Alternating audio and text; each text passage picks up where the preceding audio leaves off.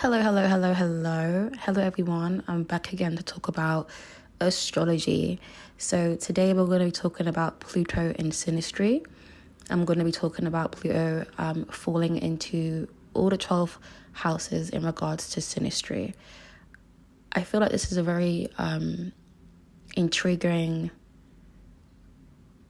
interaction to have. You know, a lot of people don't forget such heavy contacts, so Pluto in Synastry is powerful, it's deep, and often it is karmic. Again, with the whole karmic stuff, it doesn't have to be bad or good.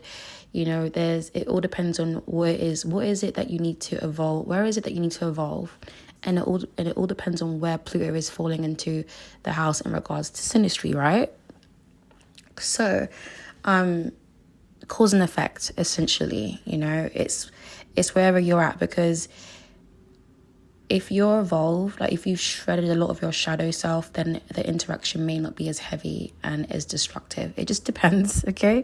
So when someone's Pluto falls into another person's house, it stirs transformation in that area of life, whether that's the first house, the second house, or, every single house, okay? And it's often through intensity. There's often power struggles and obsession, but throughout all of this, a deep healing is to come. So without further ado, let's get into the dynamics. So we're going to start with Pluto in the first house. Okay, bearing in mind as well that, of course, you, the house person, may feel this way. The planet person, which is Pluto, may feel this way. It can go either way. I've found through my own experience and through others other people's experiences in regards to the interactions that they've had through Synastry. It can go either way, Anyway, so Pluto in the first house. So the Pluto person will feel magnetized by the house person's physical presence and identity. They may try... Sorry guys, let me take my headphones off because I was thinking, why do it's like I couldn't hear. Anyway, okay, cool. So yeah, like I said, the Pluto person, one second, sorry guys. Oh, it is. Okay, cool. Sorry, I thought, ignore me. Anyway, the Pluto person may try and control the house person. They want to transform them through self-expression. Now, the house person feels both seen and psychologically stripped bare. Like they feel this is a very heavy interaction because this is the first house. So the Pluto person may come across as very intimidating to the house person, or vice versa, but often than not, it is the planet person. And worst case scenario, this can be a very intense power struggle to which things can become violent, okay? Physically, and verbally as well, of course, with this interaction. But nevertheless, though, it's like you'll be transformed, physically. You won't be the same person, whether it's through being dragged or going willingly. Okay. So, but yeah, but they feel stripped bare, and it's intense, and they feel affected deeply by the Pluto person's gaze. So often than not, the dynamic between these two people, it's an obsession with appearance. So the Pluto person may always talk about the person's appearance, like, you look amazing, you look sexy, you look, things could be a bit vulgar at times. But also the Pluto person may be controlling with the person's self-image, and they may try to do like a deep identity change. So just be careful that this person, for example, like this could be someone that comes into your life and they criticize the way you dress. They want to tell you what to wear, how to wear, so just be careful with that. That could be the negative aspect of it. But the positive is that this person comes in and they show you who the fuck you are. All right. They tell you, like, look, like, you need to appreciate yourself. Like, you're this, you're that. they make you feel more powerful, or they can make you feel overpowered. It just depends. So for example, another example is a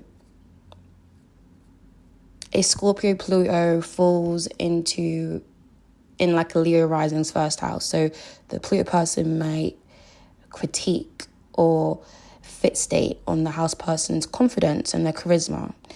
And then the house person starts to question their own boldness. Do you get what I mean? But that's just an example with that being a Leo rising first house. It would be different if it was like a Capricorn, or maybe this person may question you in a way where you start to question your structure in life, you know, your values, your traditional values and stuff like that. For example, right? So moving on. So Pluto in the second house. So the Pluto person stirs intense feelings around value, self-worth, and money. So the house person may feel possessed or controlled financially and emotionally. So this person could be controlling when it comes to materialism, for example. Or they try to dictate the person's, you know, self-worth or their values. Like, you know, well, you know, I do things this way, and they try to coerce, you know, or try to manipulate them and so forth. There could be power struggles as well over money, or a deep transformation of self-esteem with this interaction. You could develop a stronger sense of self, because this is the house of values and self-worth. And the way you deal and handle money will be transformed as well. If you were someone that spent money recklessly, or you didn't know how to invest your money, this person could come along and show you some ways for you to value money in a more healthy manner. So for example, like if Capricorn Pluto falls in Taurus in the second house, the Pluto person may dominate shared resources. And then the house person starts reshaping how they define security. That's just an example. I'm going to give examples for all of them, just so you have an idea. And then we've got Pluto in the third house. So the Pluto person challenges how the house person thinks, speaks, and processes information, because this is Mercury. This is the third house. It's the Gemini house. So the house person feels mentally stimulated or even mentally dominated. So again, with every planet that falls into any house, there's the shadow aspect of it, and then there's the, you know, the positive aspect, you know, like, sorry guys, I had to burp. So the Pluto person could enrich this person's mentality, you know, expand the psychological makeup, or they could dim this, you know, being overpowering, you know, telling them they should think this way or communicate that way, or for example. And then but the dynamic play here is that there's a deep psychological there's like deep psychological conversations that happen between these two people. It's very deep. So this is something where this could play out for like through a therapist, for example, where a therapist, their Pluto falls in your third house, and there is a deep psychological transformation through this. Okay, they change the way you think, your behavior, and so forth. And this can happen as well with the 8th house as well. But yeah, so an example of this would be Sagittarius Pluto in Gemini third house. So the Pluto person shifts the house person's beliefs or makes them question their siblings or the local environment, because the third house is, you know, short trips. It's your early education. You know, you may go back to think about your childhood and how that your childhood impacted how you think today, you know, how your education impacted your way of thinking today, for example. But yeah, it's a very nice interaction having Pluto in the third house. Of course, it will play out differently in regards to like what sign Pluto is in, because that makes a big difference. Okay, so moving on to Pluto in the 4th house. So the Pluto person will activate buried family issues or ancestral trauma. So, yeah. And then the house person may feel emotionally exposed or even unsafe at times. But at the same time, the house person feels, on the flip side of that, the house person can feel like they can confide to this Pluto person about their deep family traumas, things that were shared from their elders or their parents, for example, and they've never shared it with anyone. But then it's brought up to the surface to be spoken about, conversed about, and then transformed. I've actually got a audio on this on my channel more in depthly about Pluto in the 4th house. I'm going to do this more in depthly. I'm just doing an overall of all the 12, of Pluto being in all the 12 houses. So, yeah. So the dynamic here as well is emotional intensity, transformation of the home and family as well. So an example again, because I'm going to give examples. I've got it all here in my notes. So Cancer Pluto in Libra 4th house. So the Pluto person triggers the house person's sense of imbalance at home, leading to a major emotional healing or detachment from family roles. So doing things differently and making things more balanced, for example. So say, for example, there may have been a dynamic here of one person in the family always carrying the weight of everything, and things weren't balanced. Responsibilities weren't shared. So with this interaction, you then realize, like, no, this is not a healthy dynamic. This is not how a family foundation should be built for generations moving forward. Because you have to remember, with this sort of interaction as well, what you teach your children, they often take on until they realize, hold on a minute, something's not right here. How can I transform this so that moving forward, my children's children have a healthy dynamic, Okay, so here we have Pluto in the 5th house as well. So the Pluto person can become obsessed with the house person's creativity, sexuality, or children, okay? Now, I don't want to scare anyone, but with this sort of interaction, this could be a situation of where this is I'm a very blunt, honest person, and I don't hide from the reality of things, especially when it comes to Pluto. I'm not going to tell you what you want to hear. I'm going to tell you the reality. So with Pluto in the 5th house, which again, I'm going to talk about more in depthly, this could be someone that you unfortunately pick up, and this person could be a convicted pedophile, for example. And that's what I wanted to mention with the whole Pluto person, becoming obsessed with your children. That can be, controlling your children, overpowering them, even being physically abusive as well. That's just worst case, doesn't have to be.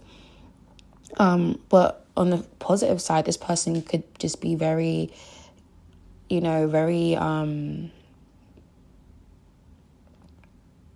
obsessed with just helping your children, or the children you have together, to be the better versions of themselves, to help them transform and grow their creativity skills, their talents, and nurture those, their abilities and so forth.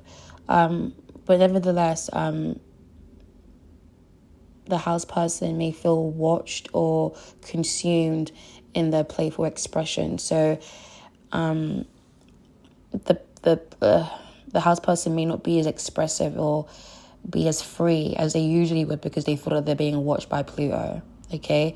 But this can be a very loving interaction. It doesn't have to be bad. It just depends on the Pluto person and how well aspected their Pluto is, because that all plays a role. But we're only talking about Pluto just being in the house today.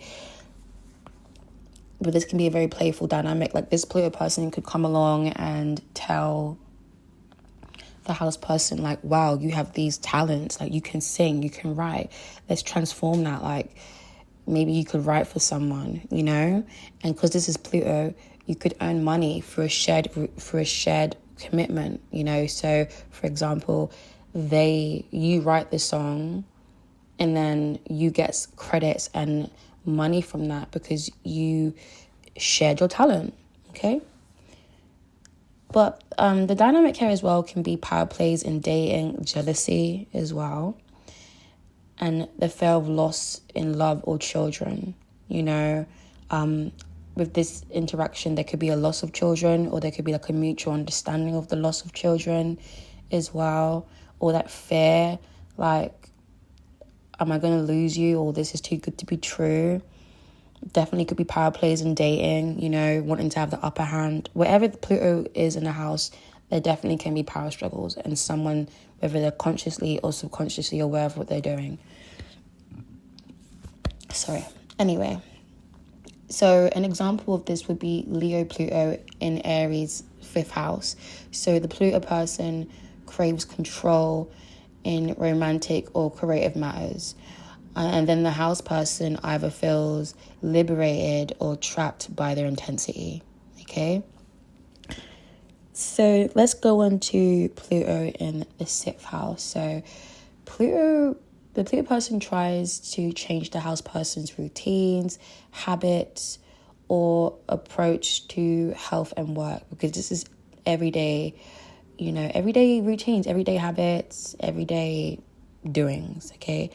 And then the house person may feel judged or undermined in their daily life, because out of nowhere we have this wrecking ball Pluto coming in like, look, you need to change this, or your routine sucks. It can be quite consuming, and it can be very intrusive as well, you know? So just bear that in mind if you have this interaction with someone. Try not to be too overbearing. You know, everyone lives their day-to-day lives differently. Of course, we can share our thoughts, our resources, and what we feel will be best. But at the end of the day, even if your advice is, what's the word I'm looking for?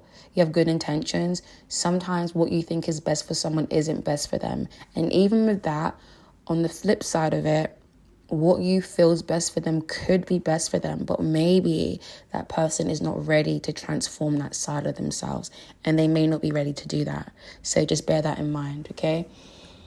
But the dynamic with this is that, you know, there could be obsession with controlling work. This could be in a controlling boss, you know, always on your tail, always on your ass, always, you know, picking at you, pointing at you, you know, critiquing everything that you do. Oh, you're not doing this. Oh, get out of the way. Let me do it. You know, it can play out in that way too. You know, obsession with control and like a health crisis. But often than not, this triggers a transformation. So again, an example of this would be Virgo and Pluto in the Pisces 6th house. So the Pluto person encourages his detox, and then the house person either resists it or experiences a deep changes in body, mind, and routines. So yeah, my mum actually has her North Node in Pisces in the 6th house, if I'm correct. Anyway, Pluto in the 7th house. So the Pluto person invokes intense attraction, fear of betrayal, and a desire for long-term commitment. And then the house person feels drawn and disturbed. It's like a love war vibes. It's a very internal tug of war. And then, sorry, I thought I had my little one coming out of the bed. Okay. Sorry, guys. What was I saying? Okay, cool. Yeah, because the house person feels drawn, but then it's like, whoa, you know, like, how is this going to play out? Because the Pluto person, although there's like an intense attraction, the Pluto person will definitely showcase or try to control the dynamics in regards to how the relationship goes, the partnership goes, and they may control or even dictate or even share, not even share, like they may, sorry, 1 second, guys. They may try to teach you in a healthy way or not in a healthy way. Again, it depends how a relationship should be. So say, for example, you're someone that has a way of thinking, like say you're someone that's experienced toxic relationships and this person comes along, they can transform the way you see relationships. It's possible that this person could bring out unhealthy, toxic habits that you have, that you've learned throughout relationships. And then they are teaching you, like, you know, subconsciously or consciously, like, no, this is not how a relationship should be. You know, these power games, these power plays, like, you know, these tick for tacks that eventually become unhealthy. So yeah, that's what can happen with this sort of dynamic. And of course, it's not all about love, because partnerships can be business as well. They can be business partnerships. So even with that, you know, you could learn the hard way in regards to signing something with the wrong person, you know, but then you learn through that to be more assertive and use discernment when it comes to signing things, because someone with Pluto in your 7th house could take advantage of you because you didn't read that blueprint or whatever it is, for example. But yeah, but the dynamic between these two is relationship obsession. It often is with these sort of houses, relationship houses, and there's like a possessiveness, a manipulation, or a deep soul bonding, because this could be the person that you feel like they mirror you, like that's my person. They're the person that I like manifested, for example. Now, with Libra Pluto in Aries in the 7th house, for example, the Pluto person insists on loyalty. And then the house person feels that independence is challenged, because this is Aries, right? Because Aries wants independence in relationships, because it's the 7th house, because Aries is falling in the 7th house, okay? So it's like, although they want this relationship, they also want their own independence, which everyone should have in relationships. You're going to be codependent to a degree, like, you know, especially if you're intertwined with living with this person, and, you know, like, or, you know, you're supposed to depend on one another emotionally to a degree, not to the point where one person feels like they're being suffocated and it becomes unhealthy. But yeah, I'll leave that, guys, with you.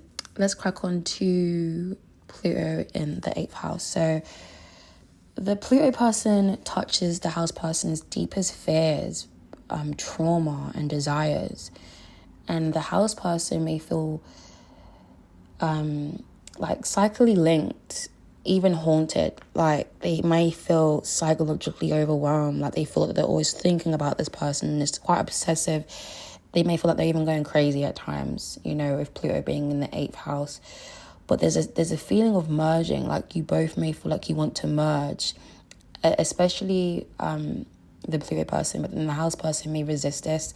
It will depend. But like I said, they feel haunted. Like, it's like, can you please leave me alone? Can I breathe? You're killing me. You're suffocating. Sorry. You're suffocating me. You know, it can feel like that. Sorry, guys. I'm so silly. But yeah, the dynamic between these two are sex can definitely be sorry, it's late. Sex can definitely be transforming through this dynamic.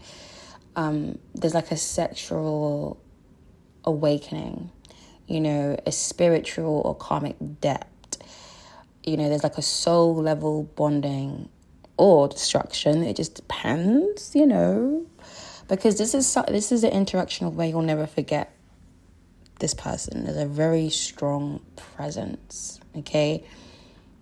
But yeah, you may feel very uncomfortable without realizing why you feel, and it's because this person's triggering your psyche. You know, those unconscious feelings, those unconscious patterns, those deep desires that are repressed in the deep, deep iceberg, dark Atlantic waters. Anyway, an example of this would be Scorpio Pluto in a Taurus's 8th house. So the Pluto person activates the house person's fears around intimacy and security. There's like a profound transformation. And through this, the possibilities are just, there's no limits on it, you know. But regardless, there's like a profound transformation. It's deep. Yeah. But like I said, with these interactions, you can either go with the flow or be snatched, you know. It just depends. Anyway, so Pluto in the 9th house. So the Pluto person challenges the house person's worldview, philosophy or faith. So say you're someone that's like a hardcore religious individual. You're like, look, I'm a Christian. This is my faith. This is the Bible.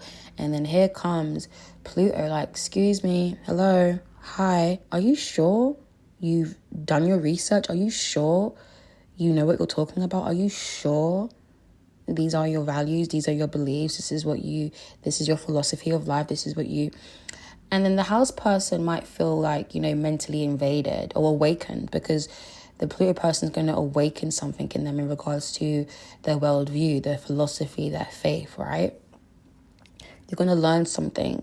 But again, with these interactions, you can either feel repulsed, like, I'm sorry, no. So the dynamic between these people is transformative journeys, dogmatic clashes, and obsessive beliefs. Or you could be, hey, the flip side of this is that you guys have the same belief system and you're learning more from this person, more things that you already know, and you're like, whoa, you'll teach me, because this is the ninth house. It's higher learning, it's higher education. Crazy. So it can go that way, even like a teacher teaching you something, like maybe, growing up you had a belief, or your parents were like, look, this is the way it is. And then you go and you learn something new from a teacher or whatever it is. And it's like, oh, you've just shaken up my world. Like, you've shaken up my worldview. I don't see things the same anymore, or even going on trips with this person, you just learn some inspiring, like, crazy things about culture. And you're like, what the hell? Like, I didn't know that about my history. I didn't know this. And it's just mind blowing. But again, an example of this would be Sagittarius Pluto in Gemini 9th house. So the Pluto person pushes the house person to think deeper about truth, justice, or religion. Okay? Now, let's go into Pluto in the 10th house. So Pluto person may influence or try to control the house person's career path or reputation. They may feel like, oh, I know what you should be doing. This is what you should be doing for your career. This could be a situation of like a parent telling you, you're going to be a doctor. That's it. There's no questions about it. That's all. But the house person may feel undermined or driven to evolve publicly. They may feel like, you know what? This may trigger them to just work harder and go harder, Or it can make them feel like powerless, like feel like they're not worth anything,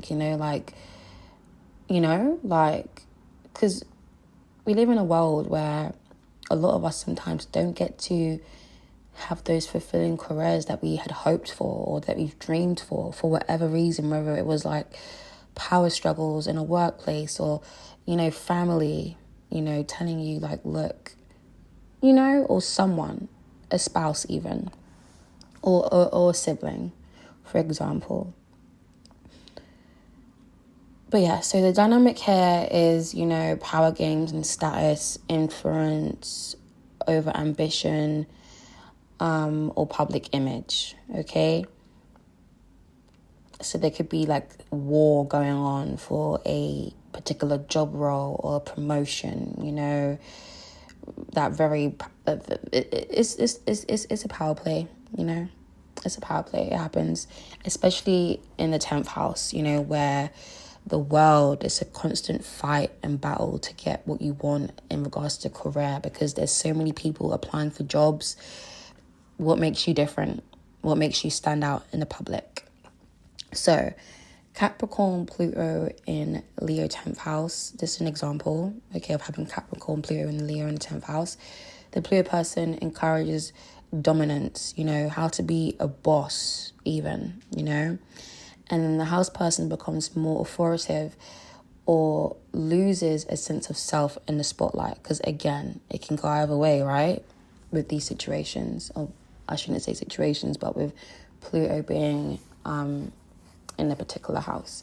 So let's move on to Pluto in the 11th house. So here, Pluto stirs power dynamics within friendships, communities, or goals. And the house person may feel coerced, into new ideals or even excluded. You know, they may feel like they're being pushed or like like being coerced, like, and they're not really feeling it, you know, because again, Pluto can be overpowering. And then what often plays out here is that the group dynamics become intense, but friendships can either deepen or implode. So they can either become stronger or they can just fizzle out. They can die out because it's Pluto. You know, it's either a rebirth, a transformation, or there's a death. There's an ending. So it all depends. But there could be always like a power struggle amongst friends. Like you may feel like someone's always trying to overpower you when it comes to friendships or communities, or they're always trying to, you know, for example, say you're someone has Pluto in the 11th house, even natally, okay? But in this particular situation in Synastry, say you're at university and someone's Pluto falls in your 11th house, you may feel like they're always trying to be the boss of the group, always trying to tell everyone what to do and what they should be doing to contribute to the group project, for example. And you're just feeling like, do you know what I mean? Like, because you all have a role to play. You all have a position of power, regardless of anything. And that's what brings you together for this common goal. Anyway, so an example of this would be Aquarius Pluto in Cancer's 11th house. The Pluto person triggers the house person's need for belonging or control within a group or cause. So this is an example to show you how that could play out. Now, last but not least, we have Pluto in the 12th house. So this is a very deep house, a very sensitive house, especially having Pluto here. This can be very detrimental if you're not aware of having this synastry with someone, because this could be someone that literally tears you apart, like what's the word? They undo you. Like a shoelace. They just untie you, and before you know it, you've got no laces and you've got no shoe tongue anymore. You know, the insoles are out. There's no what's the word I was going to find? I've lost the word. Okay, 12th house. It doesn't matter, it's cool. Anyway, so the Pluto person activates the house person's unconscious fears, karma, and hidden traumas. So yeah, we're very uneasy with this. Like, you can just feel, yeah. Anyway, the house person may feel overwhelmed, healed, or physically entangled, you know. They just feel uneasy. Like they can't put their finger on it, but they just feel uncomfortable. They just feel like someone's trying to, you know, like restrict them. But it's like, at the same time, it's like they may feel powerless because it's the 12th house, you know. They may feel like, but again, it just depends on how evolved Pluto is and how evolved the house person is, because if they've grown or they've transformed this area of their life, they'll be aware of what the Pluto person is trying to do. If the Pluto person is trying to put fear into them, if the Pluto person is trying to traumatize them even, because that can happen here as well. Now, the dynamic between these two is very mystical though, even a karmic bond, but it can lead to healing, or it can lead to confusion, you know. And often than not, again, like the 12th house can be hidden enemies, and this interaction, this could literally be someone that hates you, they don't like you, they're jealous of you, or whatever the case may be, and you just don't see it. You don't realize it. You could be being used by this person, but you don't see it, you know, until it's like deep down, like down the line, you're like, hold on a minute, like this person, they're just using me, they're just undoing me, they're just, you know, because it's a very dark, deep house. But at the flip side, this can be very healing. Like, this could even be a therapist again, you know, a nurse, a doctor, or someone, because this is the 12th house, you know, and it can be very deeply healing, where your unconscious fears are brought to the forefront, and they're healed, they're transformed, and you no longer have these fears, these phobias. You're no longer scared. So if you had like a phobia, or you had like a fear of dogs, you know, maybe you're scared of dogs because of you've been bitten by a dog, or you've seen things online of dogs attacking people. So naturally, when you come across a dog, you become fearful, you know, and you didn't really realize it. And then it's like someone with this Pluto in your 12th house, they have a conversation with you about it, or you go to therapy about it, and it's like you didn't realize why you were so scared of dogs, and then it comes to the forefront, and then you heal through talking about it, conversing about it, or even through because there are some therapy sessions where they bring animals, you know, and there could be a dog in that session, and you learn to rebuild that trust within yourself, to be able to be aware, to know when you are and not, when you are and when you are and aren't in danger, you know, because there are some people that they'll see a dog across the road and they'll cross the road. And I get it, because I've been attacked by a dog before, and it can be very deeply traumatizing. So I get it, but I just wanted to use that as an example. But anyway, so an example of Pluto in the 12th house would be Pisces Pluto in Virgo 12th house, okay? And the Pluto person drags up repressed wounds, and then the house person experiences spiritual transformation through dreams or anxiety, because this person could definitely come up in your dreams, but you could definitely feel this is something spiritual, you know. You could have learned a lot through this person spiritually. Maybe they taught you some stuff about the universal laws, or something deeply taboo, you know. But yeah, this is Pluto in the 12th house, because you could feel extreme anxiety as well having this person around. Like, you could just feel on edge, like something's not right, and maybe something isn't right, or is it that you're just your fears, you know? That's where you have to use discernment and be aware, or try to be aware anyway. Anyway, guys, I hope you enjoyed this. This is very brief. I don't expect this to be, it's nothing in depth. It's just me giving you an idea of, you know, the dynamics at play here and what you could experience, and an example of it. I am going to be doing, you know, individual, you know, Pluto in the 2nd house and so forth, but I wanted to get some content out there because I haven't been able to do so. I've been busy with life and whatever. Anyway, guys, feel free to share your experiences below and your knowledge as well, because we can all learn from each other. You know, I'm not anyone important than anybody else just because I know astrology, because anyone is capable of learning astrology even better than me. So anyway, take care, guys, and I wish you the best. Feel free to subscribe and hit that like button as well. Anyway, bye.